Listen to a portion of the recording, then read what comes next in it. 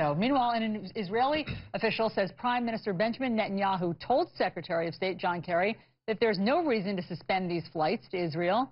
Meanwhile, as we said, former New York City Mayor Michael Bloomberg says he is flying to Tel Aviv tonight on El Al to demonstrate that it is safe. So joining us now is Paul Hirshon. He's the spokesperson for the Israeli Foreign Ministry. Mr. Hirshon, thanks so much for being here. The reason the FAA shut down U.S. flights to Ben Gurion is because a rocket strike landed a mile away from the airport. How can you say it's safe for airlines to land there? Hi, thank you for having me. I think that what we have is just a simple misunderstanding of the defense regime that exists here in Israel. You've heard a lot about the Iron Dome anti-missile defense system. The Iron Dome is calibrated to ignore missiles that are headed for open areas. The airport is not included in that. So the fact that a missile lands in the area of the airport is simply because we have decided consciously to avoid it. It's 100% safe to come into Israel, to leave Israel. We're doing that all the time. And as you mentioned, Michael Bloomberg is on his way. Okay, so you're saying that the fact that there was a missile that landed a mile away from the airport, that's okay, and that passengers on flights shouldn't be concerned about that distance?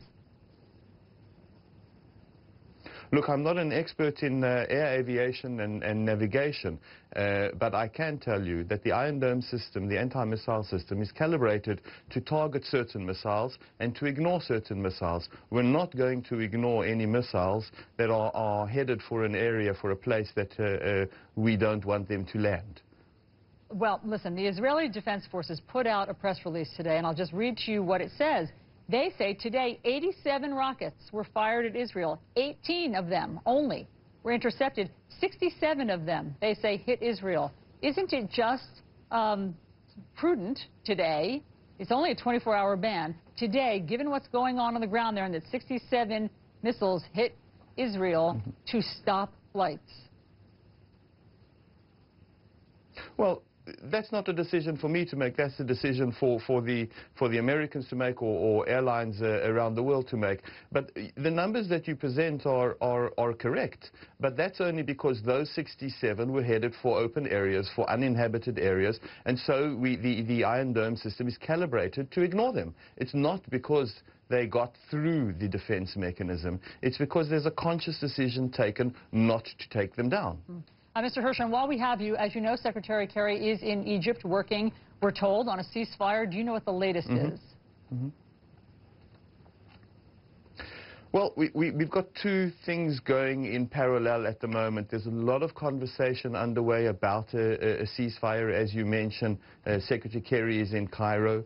Ban Ki-moon, the Secretary General of the United Nations, is here in Israel. And there are a lot of conversations going there. In parallel to this, the Israeli military continues to pursue and to deplete and degrade Hamas's military capabilities, not least because we're seeing, despite misunderstandings, decisions made about the airlines around the world flying into Israel, and we're chopping off their military abilities, both in terms of the rockets and in terms of this underground network of terror tunnels that has surfaced in the last few days.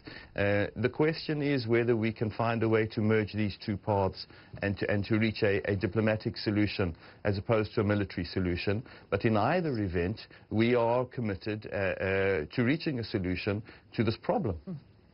Excellent. Good to hear. Paul Hirshon live for us from Tel Aviv. Thank you.